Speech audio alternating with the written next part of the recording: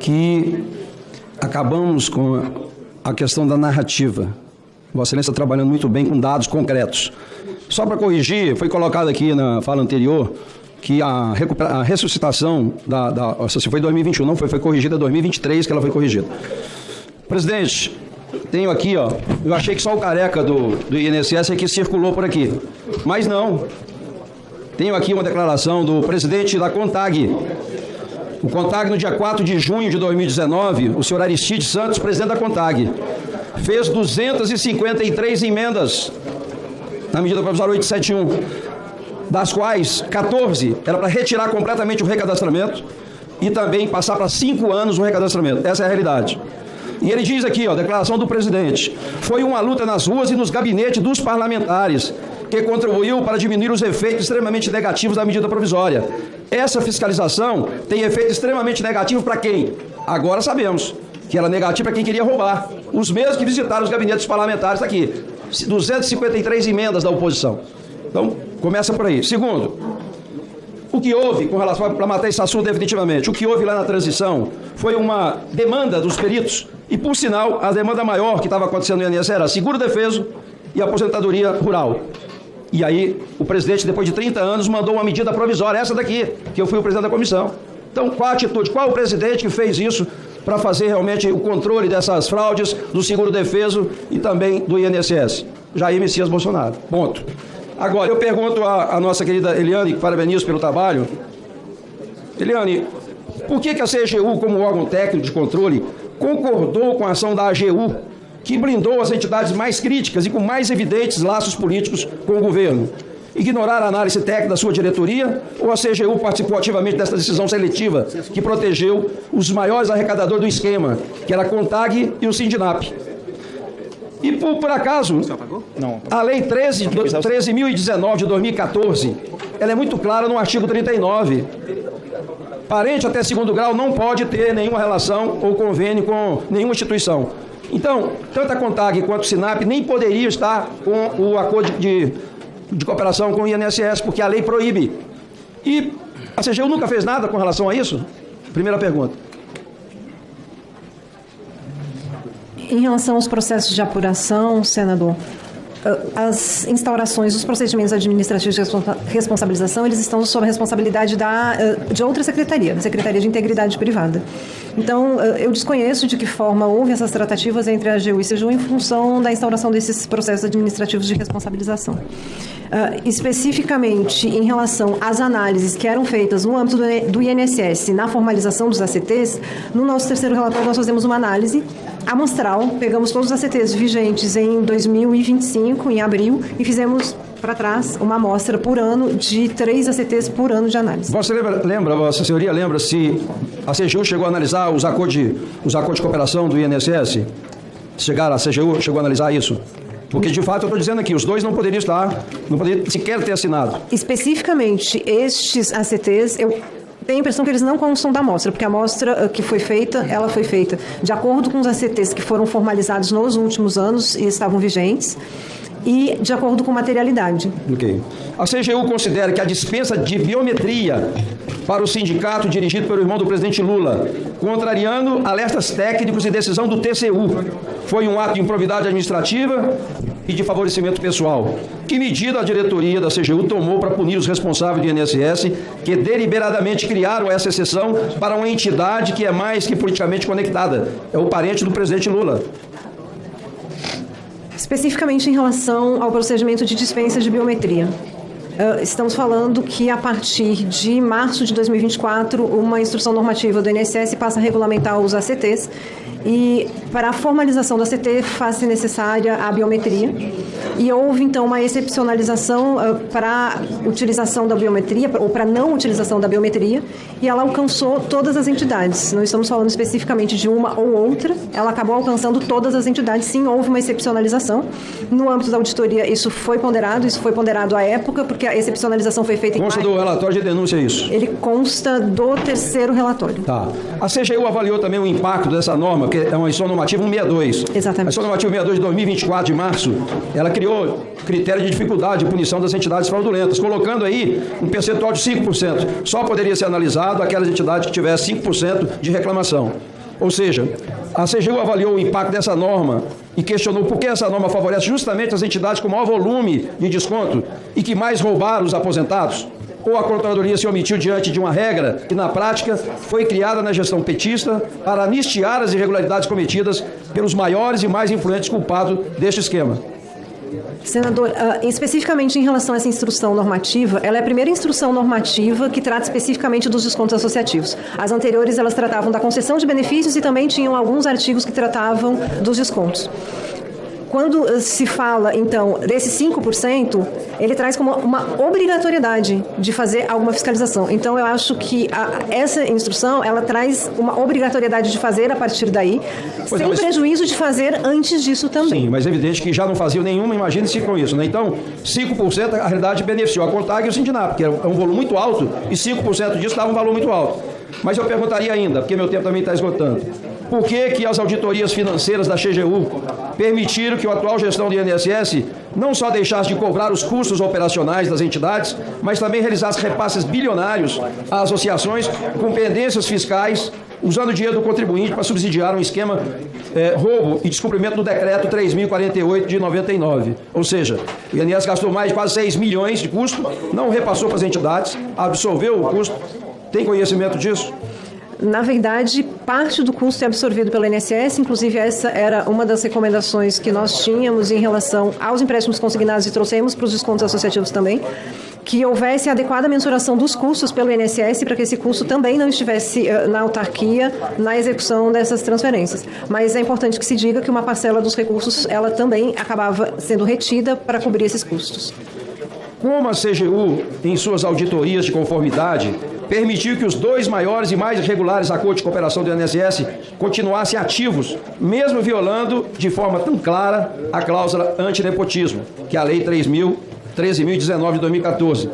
Essa falha em recomendar o cancelamento imediato desses acordos ilegais não demonstra uma forma seletiva de fiscalizar, que se torna rigorosa com entidades pequenas e totalmente flexível com entidades dos amigos, aliados e parentes? Na verdade, essa auditoria ela foi ampla e pegou todos os acordos de cooperação técnica que estavam vigentes em março de 2024. Vigentes e com descontos, porque existiam acordos vigentes sem descontos, esses naquela oportunidade não foram vistos. E a auditoria abarcou a totalidade das entidades, inclusive os PAR abertos pela CGU estão abarcando também a quase totalidade dessas entidades. Concluir só, presidente, foi feito um acordo, eu gostaria de, acho que a CGU também participou desse acordo. E eu pergunto, o que a gente percebe, DPU, CGU, AGU, parece que defende o interesse das empresas e não dos aposentados e pensionistas. Porque, pergunto, no acordo celebrado para a devolução dos recursos, há uma cláusula obrigando o aposentado a retirar qualquer ação judicial ou não entrar com novas ações. Porque nós temos no Código de Defesa do Consumidor que tem que devolver o dobro. Vossa Senhoria, a CGU assinou esse documento também concordando com isso? Não, a CGU não participou da discussão desse acordo. Só a AGU? Sim.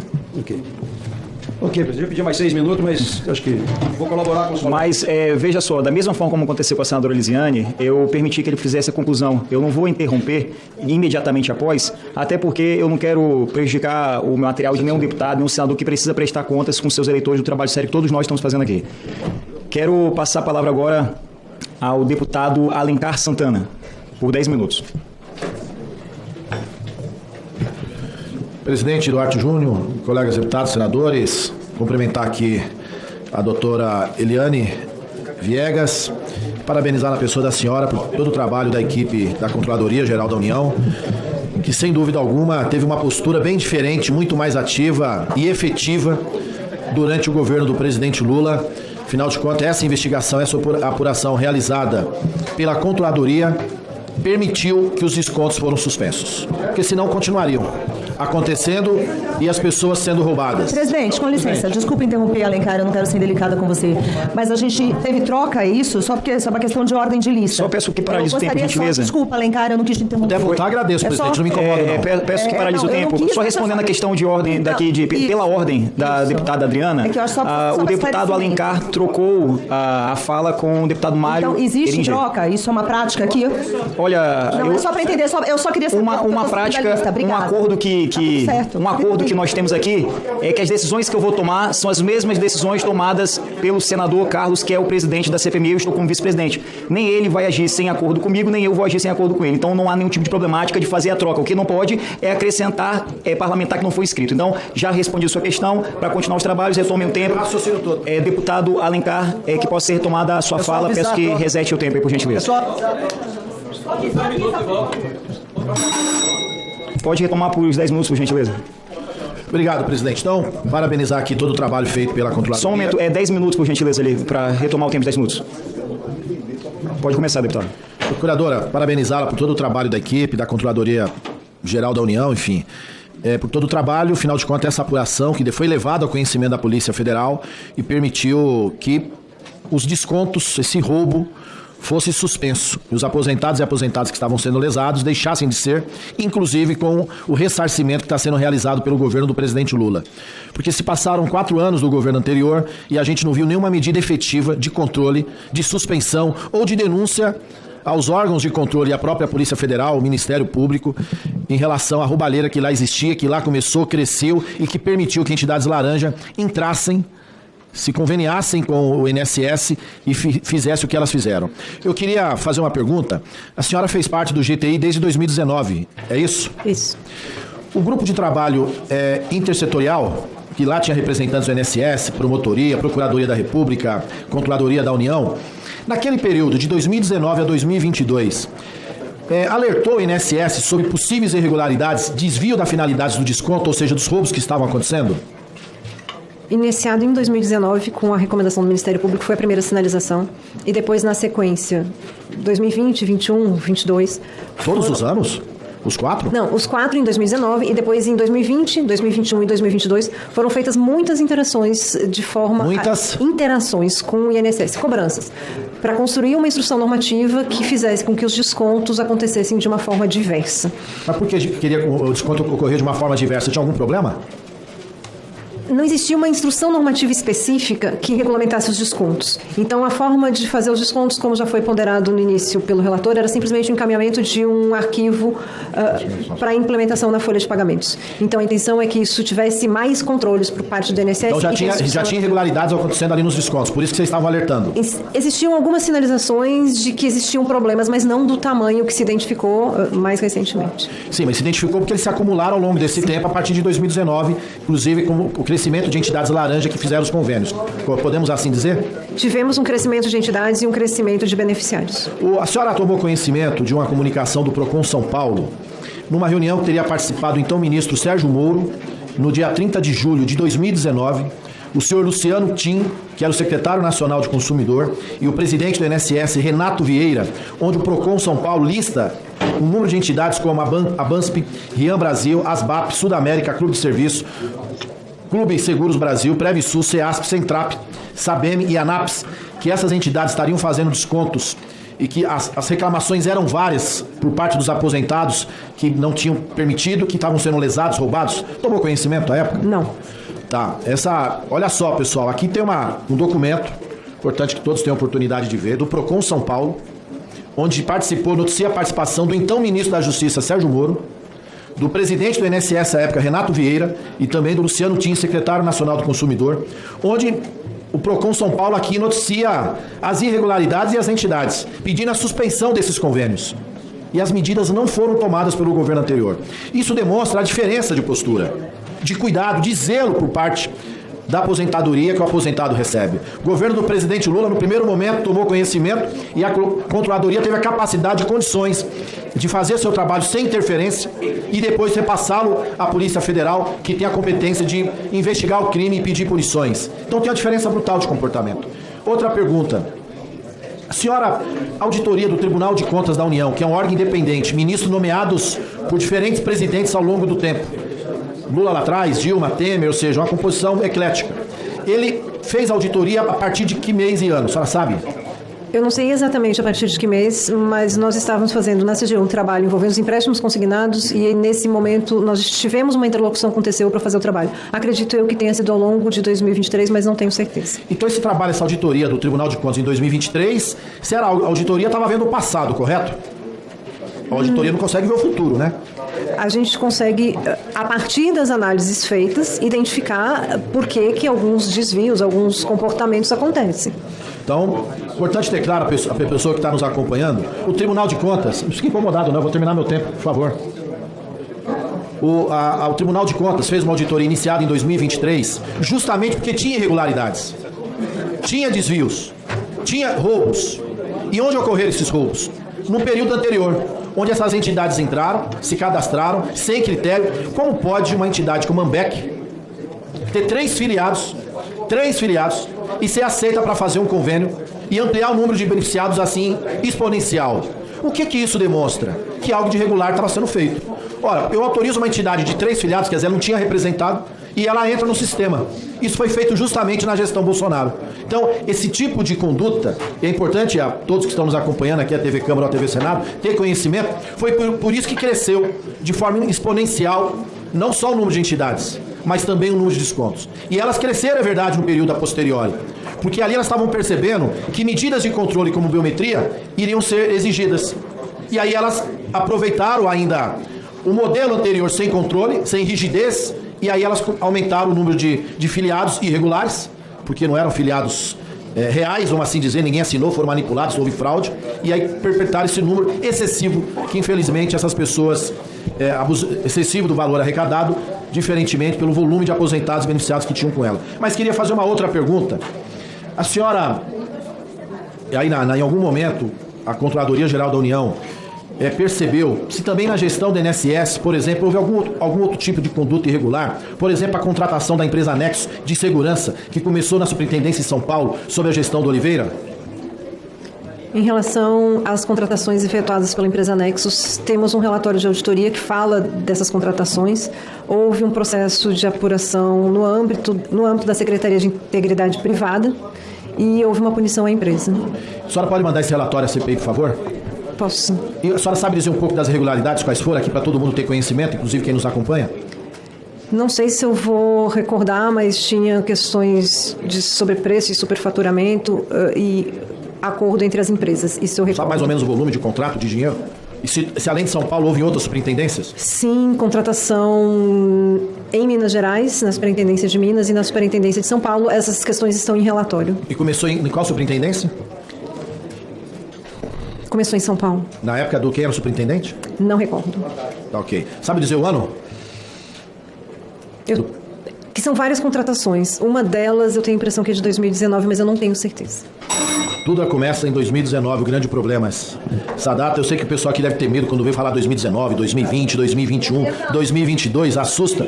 Mas fique tranquilo que cada vez mais esses anos e as irregularidades ficarão mais claras para que as pessoas tomem conhecimento dessa roubalheira que permitiu que acontecesse no governo anterior.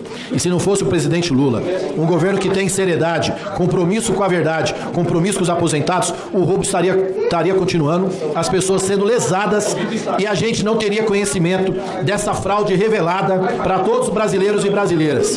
Presidente, peço... Para concluir. Peço, mas desse jeito não dá, né, presidente? Então, é importante as pessoas terem muito claro isso, porque é uma diferença brutal de comportamento. E a verdade virá cada vez mais e as pessoas vão saber que foi o governo Bolsonaro que permitiu que esse roubo começasse. Com a palavra, deputado Beto Pereira, por 10 minutos. Presidente, quero aqui cumprimentar Vossa Excelência, o nosso relator, Alfredo Gaspar, dizer que ontem nós demos um passo importante na Câmara dos Deputados, votando o PL 1546, que altera a Lei 8213, cujo relatório do deputado Danilo Fortes trouxe a proibição dos descontos associativos. Agora, cabe ressaltar que, e aqui a gente tem que fazer e destacar com ênfase o que falamos e como agimos, o destaque número 10 apresentado pelo PT, que trazia no seu bojo uma emenda para permitir a continuidade dos descontos. Logo que foi apresentado o destaque, foi retirado o destaque, porque talvez causava vergonha ou espanto. Mas nós precisamos registrar isso, e isso está registrado nos anais da casa. Agora, quero aqui também agradecer a denúncia do jornal Metrópolis, que posteriormente surgiu a investigação, o inquérito policial e o afastamento do ministro, do chefe do INSS, estancando toda a roubalheira. Agora é importante destacar que foi o jornal Metrópolis que tomou a iniciativa que hoje ecoa como se fosse uma iniciativa do próprio governo, e não foi o próprio governo que tomou essa iniciativa. Eliane, eu quero aqui, como os que me antecederam, elogiar o seu currículo. E não é, com certeza, só o seu currículo, mas nós temos nobres e excelentes técnicos na CGU. Quero também enaltecer o seu trabalho. Um trabalho muito consistente, muito bem elaborado, que contou, com certeza, com uma equipe aguerrida e que se debruçou sobre o tema. E com muita propriedade e eficiência. Nós, antes aqui do debate, falávamos dos métodos que foram feitos para conquistar as estatísticas e que estão sendo validados agora com as ações do INSS. Agora, eu tenho uma crítica, vou fazer uma contestação a Vossa Excelência sobre a minha ótica do trabalho. O trabalho é incontestável e todos aqui foram nessa linha. Agora, a primeira crítica é quanto ao momento. A CGU, que é um órgão do governo federal, um órgão de controle interno, que tem na sua essência prevenir os erros do governo, prevenir que as coisas aconteçam de forma errada e continuada, tomou conhecimento em 2019 através de uma ação do MPF do Paraná e só foi agir em 2023 com um relatório orientando. Claro, houve a reunião de 2020, houve a reunião de 21, houve a reunião de 22, mas com algo documentado só em 2023. Então a primeira crítica é quanto ao momento de agir. A CGU demorou muito para agir. E essa demora, a demora da CGU, a demora do governo federal, trouxe prejuízos significativos para os aposentados, para os pensionistas e para todos os brasileiros. Se eu tiver errado, você pode me contestar. Segundo, quanto às providências. E aí eu queria ler aqui quais são as atribuições da Controladoria Geral da União. De acordo com o decreto número 11.330 de 23, que rege a Controladoria. No parágrafo 1º, inciso 2º, cabe à CGU realizar inspeções, apurar irregularidades, instaurar sindicâncias, investigações, processos administrativos disciplinares, bem como acompanhar e, quando necessário, avocar tais procedimentos em cursos em órgãos e entidades da administração pública federal para exames da sua regularidade ou condição de seus atos, podendo promover a declaração de sua nulidade, propor a adoção de providências ou correções de falhas. É impossível ficar calado diante do escândalo bilionário que sangrou os aposentados, as aposentadorias de milhões de brasileiros. Essa CPI, mista do INSS, está finalmente jogando luz a essas andanças do Antônio Carlos Camilo Antunes, o careca do INSS. Esse suposto mestre das sombras que circulava livremente pela Câmara e pelo Senado entre 2019 até 2025, articulando um esquema criminoso de descontos ilegais em pensões e aposentadorias. Então a gente quer saber cada passo dele, cada gabinete visitado, cada conluio formado. Ele e o Maurício Camisotti, outro peça-chave nesse jogo sujo, devem explicações urgentes ao Brasil. A aprovação unânime do requerimento para rastrear suas movimentações mostra que o Congresso não vai tolerar mais esse assalto aos mais vulneráveis. E o que dizer da omissão do INSS sobre o Alessandro Stefanotto? Uma vergonha, né? A CGU, através da Eliane Viegas, confirmou que alertas sobre fraudes existiam desde 2019, mas só em 2024, com a operação sem desconto, o esquema explodiu. Enquanto isso, o governo finge não ver. Deixou 2 milhões de aposentados lesados. O Carlos Lupe, ministro da época, ministro do Tesouro, também precisa esclarecer o que ele sabia e por que ele demorou tanto para agir. Então, a suspensão dos acordos de cooperação técnica e a lei aprovada na Câmara para barrar descontos em folha são passos muito tardios, porém são necessários, né? Claro, são muito necessários também. Mas agora, a gente exige justiça. A gente quer prisão para os 21 investigados, devolução imediata de cada centavo roubado e uma punição exemplar para quem traiu a confiança do povo brasileiro. Chega de impunidade, Brasil. O nosso país não é terra de bandidos e os nossos aposentados merecem respeito. E para você, meu amigo, você que é um homem, você que tem garra, você que já está com mais de 65 anos, de 55, já passou dos 60, 65, já se aposentou, escute bem. Chegou a hora de você transformar o seu tempo em dinheiro de verdade, sem depender desse governo de esquerda, sem você precisar sair de casa, sem complicações e sem você precisar mostrar o rosto. Esse esquema do careca do INSS mostrou como o sistema pode falhar com os nossos aposentados, mas eu vou te mostrar como você pode dar a volta por cima e turbinar a sua renda com um treinamento prático de monetização de vídeos usando inteligência artificial. Isso mesmo. Com inteligência artificial, com IA, você cria vídeos no automático, sem que você precise aparecer. Dá para você faturar de 2 a 10 mil reais por mês direto da sua casa. Você quer um exemplo? Eu ensinei a minha mãe. A minha mãe tem 70 anos de idade e hoje ela fatura 5 mil reais por mês, além da aposentadoria dela. Ela está fazendo um canal lá das coisas que ela gosta, de espiritualidade, de psicologia.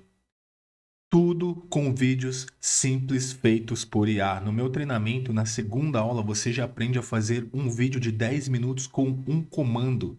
Não é mágica, é técnica. E você pode fazer pelo celular, é um comando. Você pedir e a inteligência artificial faz para você. E eu te ensino passo a passo. Desde escolher o nicho certo, até você configurar as ferramentas que trabalham para você. Então, chega de depender só de uma fonte de renda. Se você tem o seu trabalho, a sua CLT, graças a Deus, glória a Deus. Mas você não precisa depender só de uma fonte de renda. Você pode ter uma segunda. Trabalhando meia hora por dia aqui na internet. A internet é o melhor lugar para isso. Você não precisa depender só do INSS se você já está aposentado. E de nenhuma promessa furada da esquerda. Vamos tomar as rédeas. Vamos garantir sua independência financeira e viver com a dignidade que você merece? Bora juntos. O link para o treinamento está no comentário fixado aqui embaixo. Clica agora e vamos começar a construir o seu futuro. Se inscreva ali, entra no link, tem um vídeo de 5 minutinhos. Você pode pular o vídeo se quiser, preenche eu quero. Coloca seus dados ali, nome e e-mail. Você já vai receber hoje mesmo o login e senha de acesso para o treinamento mais completo de monetização de vídeos com inteligência artificial. Bora juntos, dá para você faturar de 2 a 10 mil. Clica no primeiro link do comentário fixado e eu te espero do outro lado.